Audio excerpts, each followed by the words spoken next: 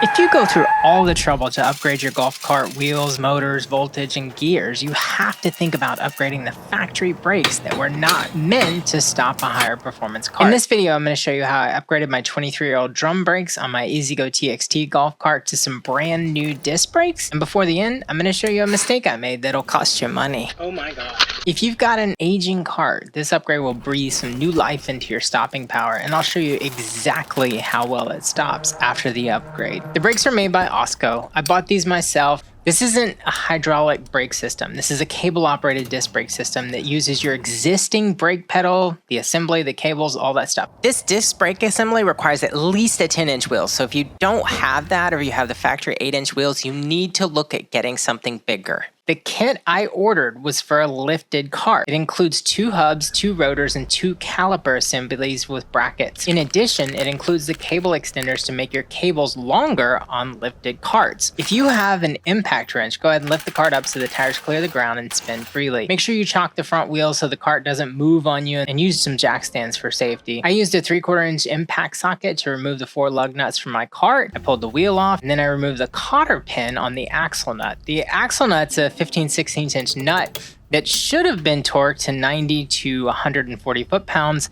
Oddly enough, mine was completely loose and wasn't tight or torqued at all. You want to pull the old hub off once the axle nuts are removed.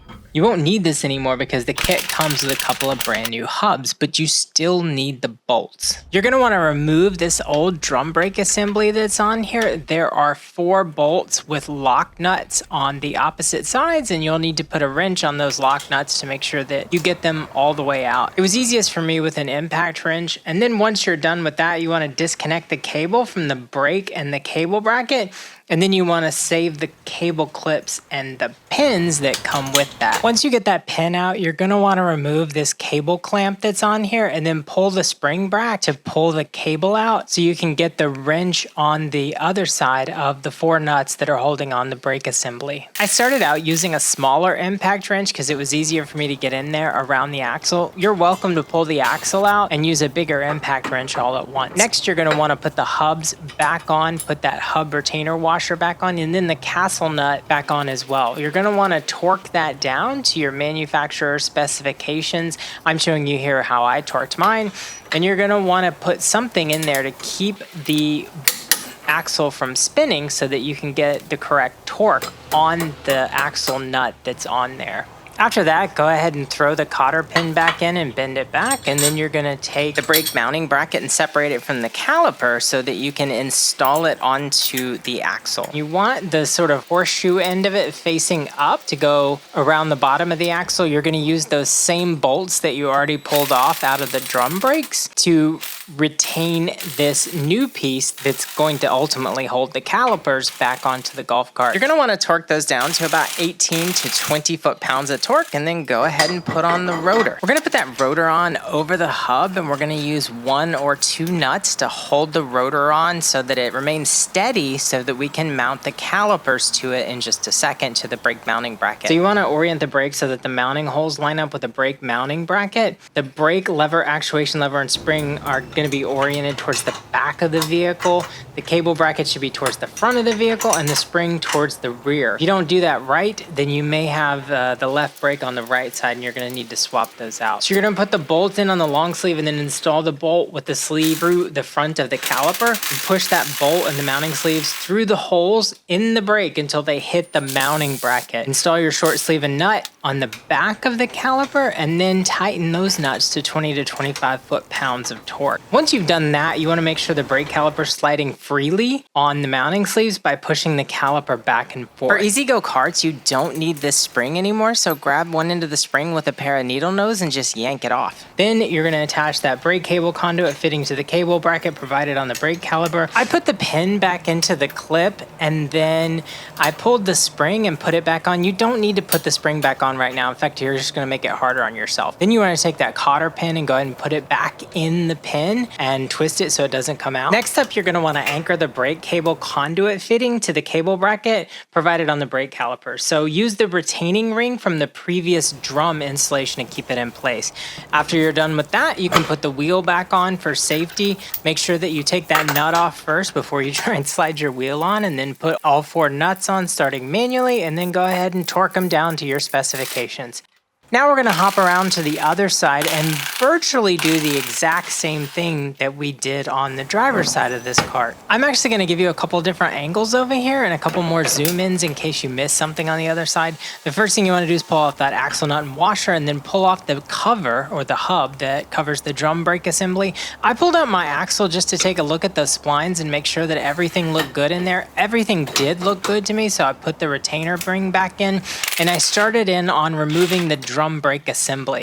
Again, there's 4 bolts over here with lock nuts on the back of those bolts. You're going to want to pull all 4 of those out and pull the back of the assembly out.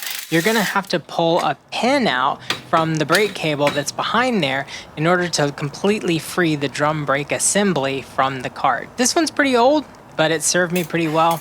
Next up, pull that spring out that's on the brake cable. You don't need it for this assembly. There's different springs in there for it. Put your hub on. This is the new hub that came with the kit. They give you 2 new hubs. And then put that axle nut back on and make sure that you torque it down to the correct specifications, lining up the cotter pin hole so that you can put the cotter pin back in later. We're going to put this sort of horseshoe brake mount back on using the same nuts and the same lock washers. These are 1/2-inch nuts and 1/2-inch lock washers from what I remember. I went ahead and got them started with the smaller impact wrench, and I came back in later with the bigger impact wrench to torque those down to the proper specifications once I was done. I'm going to zoom through this process because it was pretty simple. But suffice it to say, make sure the head of the bolt is facing outward, and you're going to want to tighten those to 18 to 20 foot-pounds of torque. Once you're done with that, you're going to put your rotor back on, and again, use a nut to hold that rotor on tightly. You can use 2 nuts if you want. And then we're going to take those brake calipers that we did on the other side. We're going to take that other brake caliper assembly and put it on here, making sure that the cable connection portion is in the front and the other part is in the back. With those 2 bolts that go through the calipers, you want to make sure that the long sleeve goes in through the front of the caliper and the short sleeve goes on the back. Then go ahead and put those nuts back on, and you're going to want to tighten those nuts back down to around 20 to 25 foot-pounds of torque when you're done. I used an impact wrench to get them most of the way, and then I used a handheld Allen wrench to torque those down the rest of the way. Next up, we're going to install this brake cable into the assembly using that retaining clip that we pulled out earlier, and then we're going to go to the middle underneath side of the cart and start working on the brake cables on the other side. If you have a lifted vehicle, you're going to have to install these cable extensions, and they're just little aluminum pieces that come with it with lock washers, and you're going to pull out these retaining clips from the brake cables that come from the rear of the cart, and you're going to put in these extensions that make the brake cables longer. Once you put on these extensions, you're going to put this lock nut over the top of it. Here's where I had the issue. I put both of the extensions on, and then I tried using an impact wrench. That was way too much power, and I broke off the end of the extensions. I ended up having to order 2 new cable extensions just so that I could get one for the one that I replaced. The second one, I actually used a normal 3/4-inch wrench to tighten that nut down over the sleeve. In order to install these sleeves, you're going to have to push out these little black plugs and then take out your brake cable.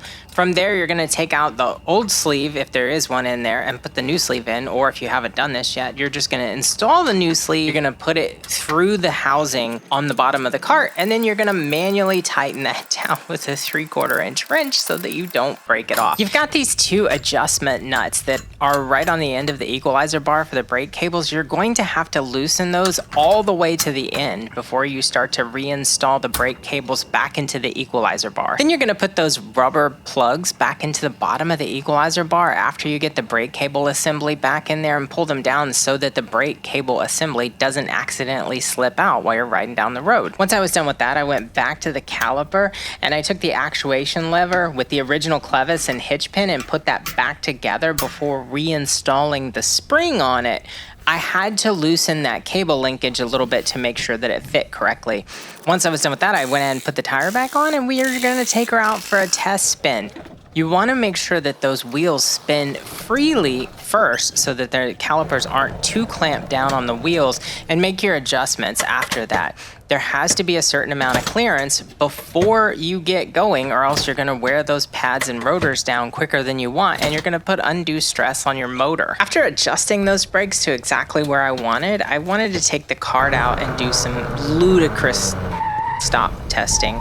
And honestly, you really shouldn't be stopping like this, or you're gonna leave half your tires on the road, but I did want to try this out a little bit and see how well these brakes function. In my case, you can see that the left tends to lock up before the right one, so there may be some adjustments that I want to make to try and even those out a little bit later, but for right now, these work exactly like how I wanted. If you like this kind of content, I've got some more golf cart stuff coming up soon, so please like and subscribe for future videos. Thanks for watching.